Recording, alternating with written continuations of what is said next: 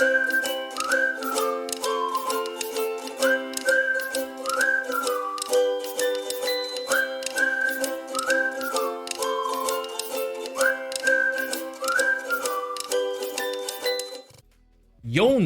Magandang umaga, tanghali, hapon, gabi, hating gabi, madaling araw. Depende kung anong oras mo pinapanood to. Magandang araw sa'yo.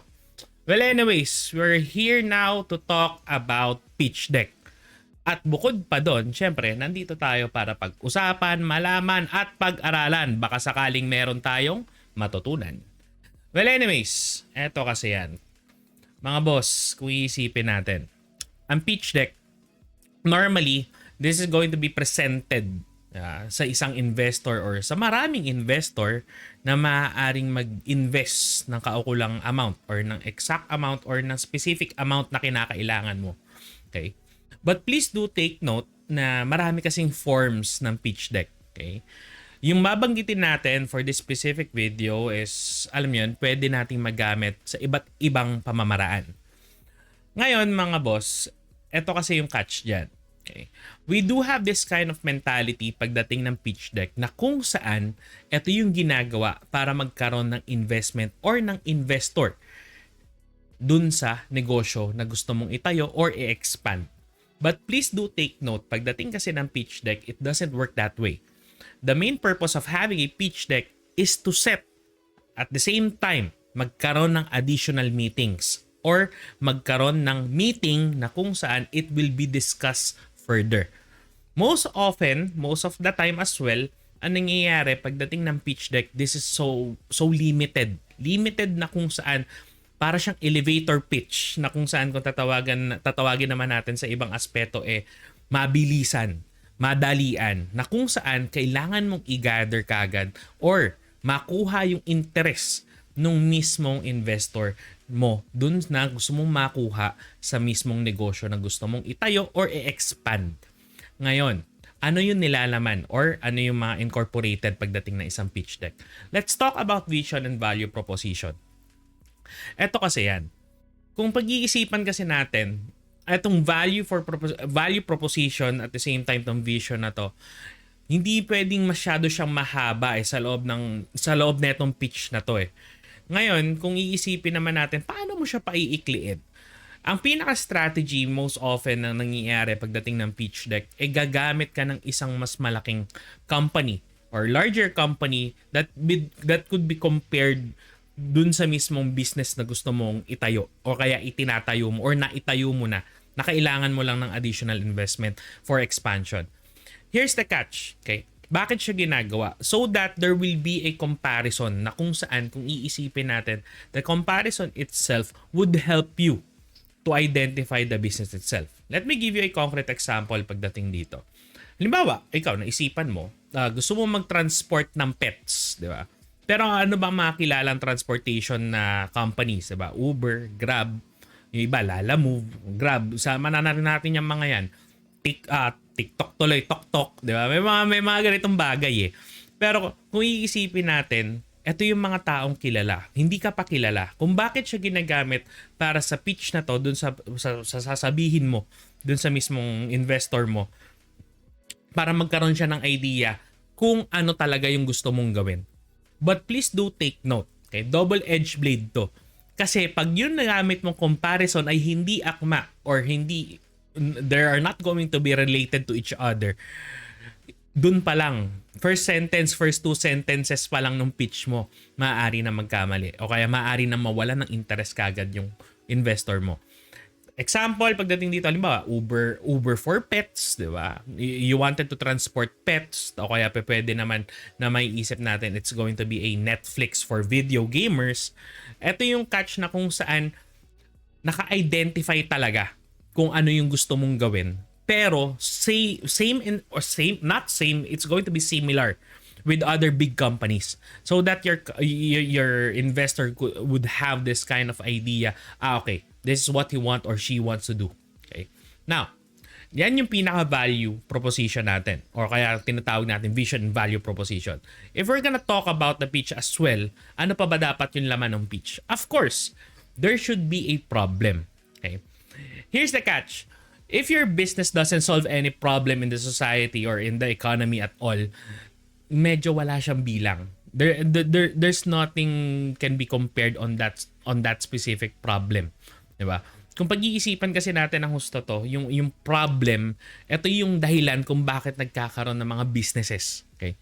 Kung mapapansin nyo, karamihan ng businesses na, kung hindi lahat, karamihan ng businesses na na-establish, okay, meron siyang problem na sinosolve. Di ba? Kasi nakita nila yung problem na yan and you want that problem to be emphasized on the pitch itself. Kasi doon nila makikita if at magkakaroon din sila ng interest if yung problem ba na nakita mo ay kayang solusyonan and you can provide a better solution if not the exact solution for that specific problem. Okay. Ano pa man nilalaman yan? Pagdating kasi ng pitch, I strongly advise personally, you may need to specify your target market and the opportunity itself. Your investor doesn't want to have a very broad target market. Like for example, I would like to target A, B, and C. I would like to target C, D, and E market. That specific market segment na gusto mo makita. Kasi it doesn't work that way for investors. Investors does want those kind of target market and opportunity to expand. Pero they wanted and you wanted them to invest on your specific business. And providing this kind of large or vague market segment to them, hindi nila kagad ma-identify yan at hindi siya medyo appealing sa tenga talaga. To the point na kung saan, sino dun? Who's going to be the C, D, and E? Because there are multiple segments as well pagdating dun sa mismo mga segments na yon. Di ba? Working class. Okay, what kind of working class? There are multiple kinds of working class. Di ba? Maraming empleyado, maraming trabahador na klase. Ano yung specific? Kasi you need to be specific on this so that they could have a clear vision dun sa gusto mong mangyari para makuha mo yung interest nila. And if we're gonna talk about the solution itself, of course, kung merong problem, merong solution. At yung solution na yon na ipoprovide mo sa kanila dun sa mismong problem na ipinrovide mo, dun sa pagkakasabi mo, dun sa mismong problem na nakita mo kaya gusto mong itayo at i-expand yung business mo, the solution itself would get their interest. Okay? As long as yung solution na provide mo, medyo clear din at hindi vague. To the point that, alam niyo, you're gonna be tempted na, alam niyo, na ibibigay niyo yung best foot forward Best foot forward means, eto yung part na kung saan you wanted to please them and you wanted to get their attention at yung interest nila para makuha mo yung possible investment nila. But here's the catch, okay? Providing this kind of best foot forward thing pagdating sa ganitong pitch deck, it is going to be a double-edged blade because it's either gonna be the best solution or it's going to be the worst solution on that specific problem. Kasi itong mga investors na to, most of the time, you don't know their backgrounds, you don't know what they are trying to do, you don't know their investment sa iba. You might end up having and providing a solution for this specific problem na nakita mo, pero yung solution mo pala ay hindi na pala effective kasi naisip na rin siya ng iba. Okay? So, you may need to be transparent about the solution that you wanted to do. Okay? You need to specify this kind of matters to them, most especially if you're delivering the pitch. Okay? Ano pa? Kung pag-uusapan naman natin, syempre, pag-usapan natin ang business model and revenue model. Those investors wanted to know, okay, how could they get their money back? Okay? Paano ka nag-earn? Kailangan mong i-provide to. Kailangan mong i-provide tong business model na to on ano yung mga streams of income, paano mo maibabalik yung pera nila, ano yung returns na pwede nilang makuha. You need to know this. You need to know this kind of things pero not to the point na kung saan you're gonna be detailed about it. You want their curiosity to be in your business, okay? Not on the revenue and business model at first, okay? Because this can be discussed as long as you could land the next meeting immediately right after you made this speech, okay? Now, ano yung isa pang mas importante bukod doon sa revenue and business model? Of course, roadmap. Most often, kung pag-uusapan kasi natin ng roadmap, pwede natin siyang gamitin in a sense na kung saan milestones.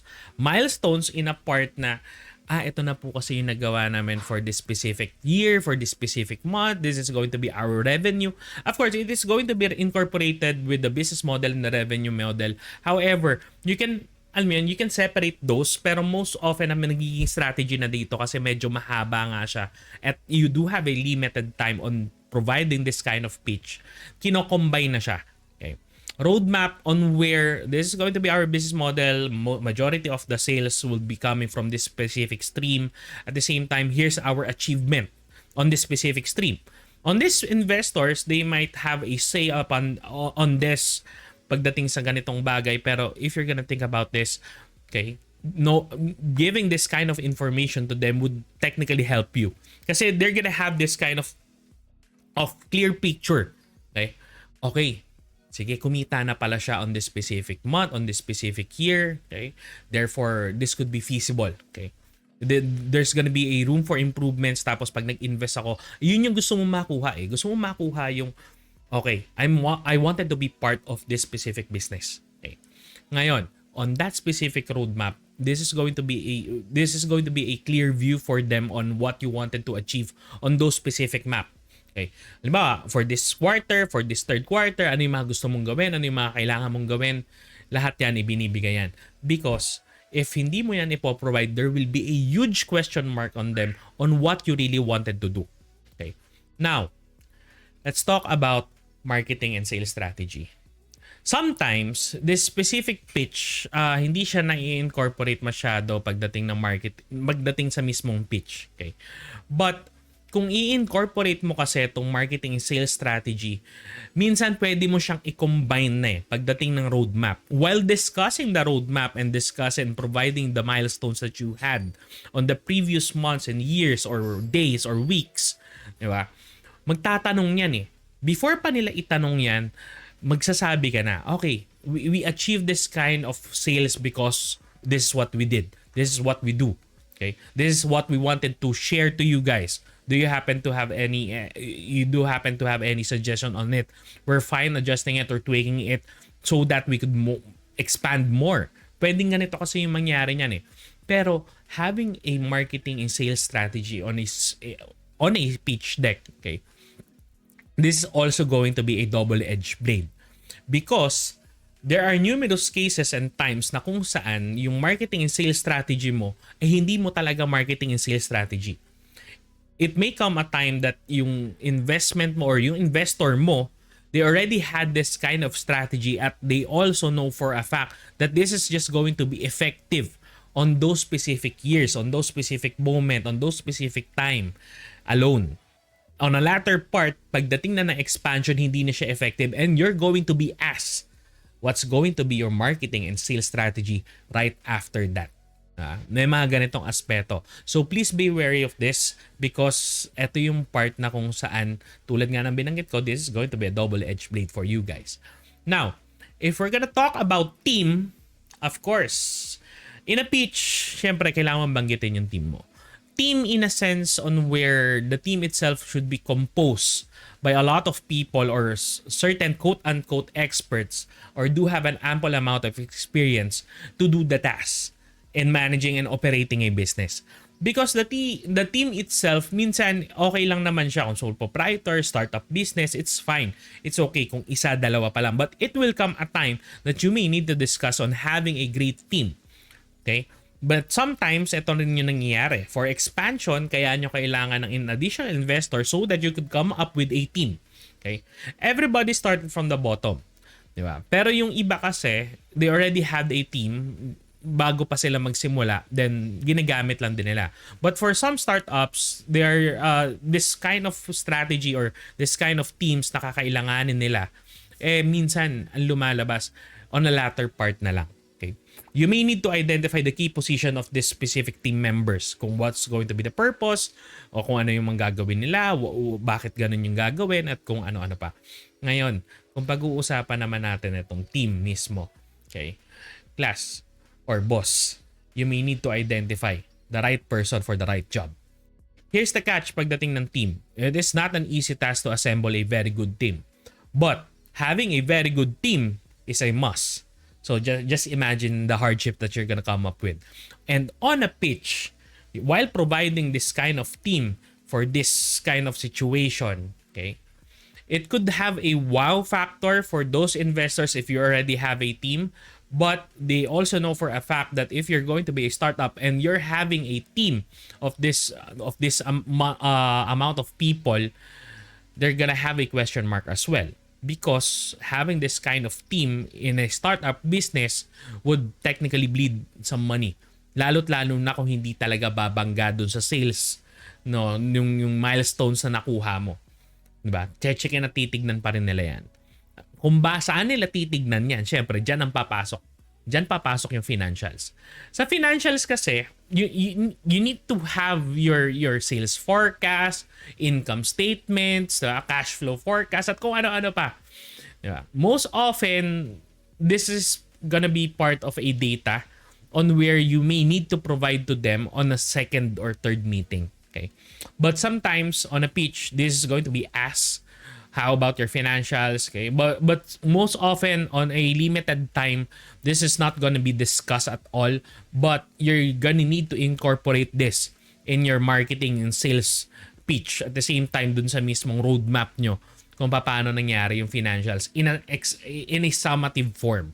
Okay, ngayon, if you're gonna provide these financials in a pitch, sometimes people or investors doesn't want to have to waste their time on checking. Okay? They're just gonna ask brief questions. Magkano yung kinita? Magkano yung kikitain? When will be the return? Okay? May mga ganitong aspeto na lang na tinatanong. Pero pagdating kasi ng financials in general, please do take note of one thing. Etong financials, pagka to dinaya mo, okay, you're gonna have a huge problem even though that you landed the second meeting or the third meeting for your investor.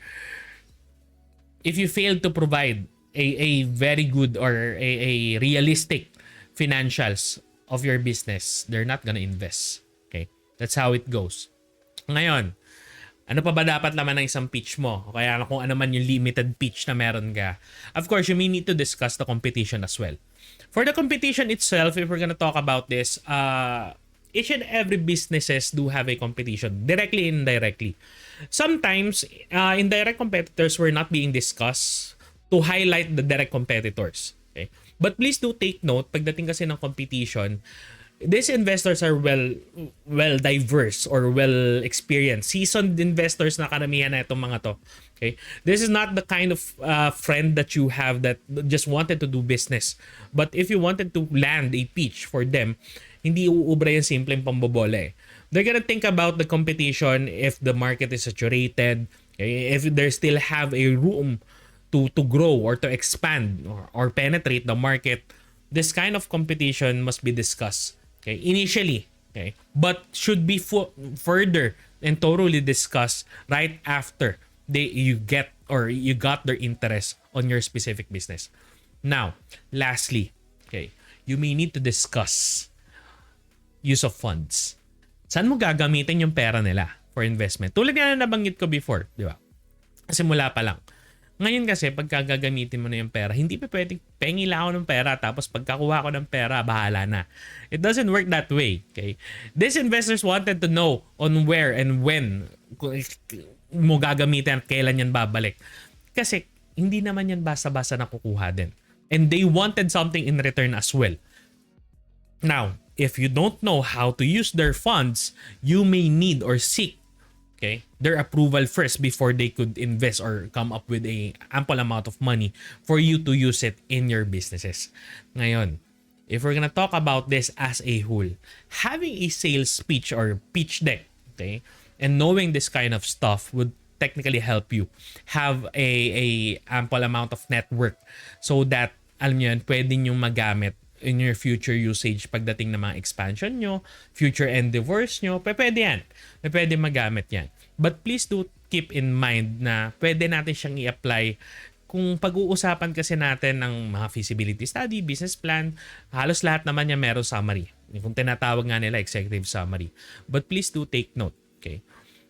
Minsan, ang executive summary hindi binabasa yan. They wanted you to talk. And if you don't know how to talk and how to project, or alam niyo, hindi mo kaya i-deliver sa kanila yung gusto mo mangyari, they're not gonna give a time for them to read your executive summary unless it's going to be required. Sometimes mangyayari tong pitch deck na to not formally and not in a formal situation. This is going to be provided in a simple gathering na kung saan, oh, you're doing business, so what's that?